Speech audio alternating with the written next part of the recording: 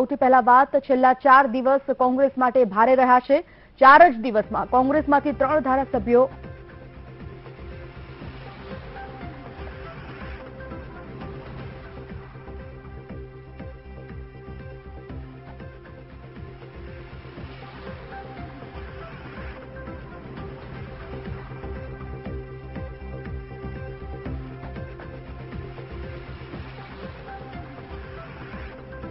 છેલ્લા 4 દિવસ કોંગ્રેસ માટે ભારે રહ્યા છે। 4 દિવસમાં કોંગ્રેસમાંથી 3 ધારાસભ્યો રાજીનામું આપ્યું છે। ક્યાં છે? પહેલા જવાહર ચાવડા અને ત્યારબાદ પરસોત્તમ સાબરિયા અને હવે વલ્લભ ધારવિયાએ કોંગ્રેસનો સાથ છોડી દીધો છે। કોંગ્રેસનો સાથ છોડી ત્રણેય નેતાઓ ભાજપમાં જોડાયા છે, જેથી રાજકીય માહોલ ગરમાયો છે।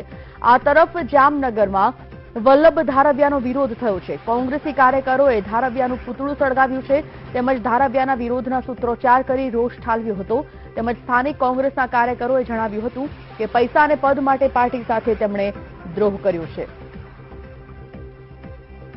ફોન લાઈન પર નથુ રામડા જોડાઈ ગયા છે સંવાદદાતા। નથુ, વલ્લભ ધારવિયા ભાજપમાં જોડાતા કેવા પ્રકારનો વિરોધ થઈ રહ્યો છે તેમના વિરુદ્ધ?